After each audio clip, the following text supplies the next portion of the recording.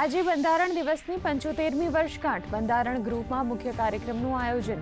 રાષ્ટ્રપતિ દ્રૌપદી મુર્મુએ બંધારણને ગણાવ્યો સૌથી પવિત્ર ગ્રંથ. સ્મારક સિક્કો અને ડાક ટિકિટ કર્યા જાહેર.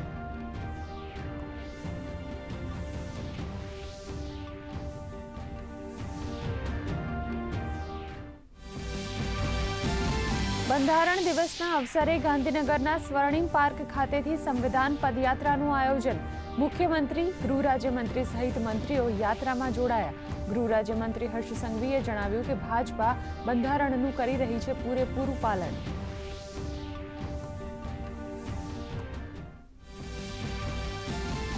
પીએમ નરેન્દ્ર મોદી સુપ્રીમ કોર્ટમાં બંધારણ દિવસ પ્રસંગે આયોજિત કાર્યક્રમમાં લેશે ભાગ. ભારતીય ન્યાયપાલિકાનો વાર્ષિક રિપોર્ટ કરશે રજૂ. કેન્દ્રીય મંત્રી અર્જુન રામ મેઘવાલ અને સીજીઆઈ સંજીવ ખન્ના રહેશે હાજર.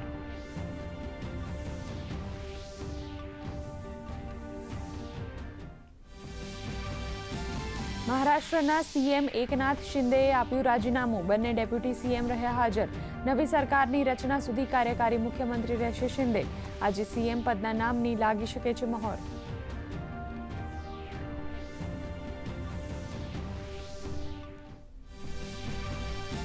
ખ્યાતિકાંડ મામલે અમદાવાદ ક્રાઇમ બ્રાન્ચને મળી મોટી સફળતા. વધુ 3 આરોપીની ધરપકડ. ચિરાગ રાજપૂત ખેડા તો રાહુલ જૈન, મિલિંદ પટેલ ઉદયપુરથી ઝડપાયા.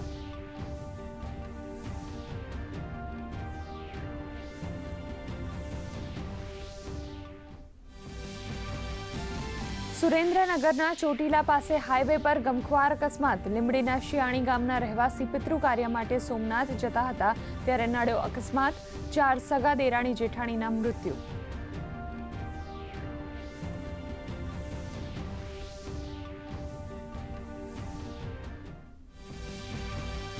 વલસાડમાં વિદ્યાર્થીની સાથે દુષ્કર્મ બાદ હત્યાના આરોપીની પોલીસે કરી ધરપકડ.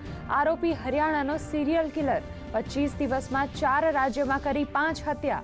આરોપીના 10 દિવસના રિમાન્ડ મંજૂર.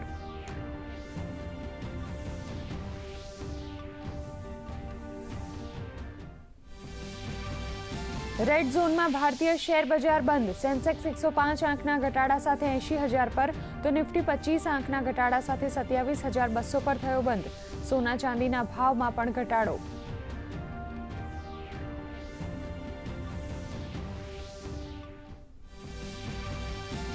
સિંગાપોરમાં રમાઈ રહેલ વિશ્વ ચેસ ચેમ્પિયનશિપમાં ભારતના ડી ગુકેશ અને ચીનના ડિંગ લિરેન વચ્ચે આજે બીજો રાઉન્ડ. ગઈકાલે પ્રથમ રાઉન્ડમાં લિરેનની જીત થતાં 1-0 થી આગળ.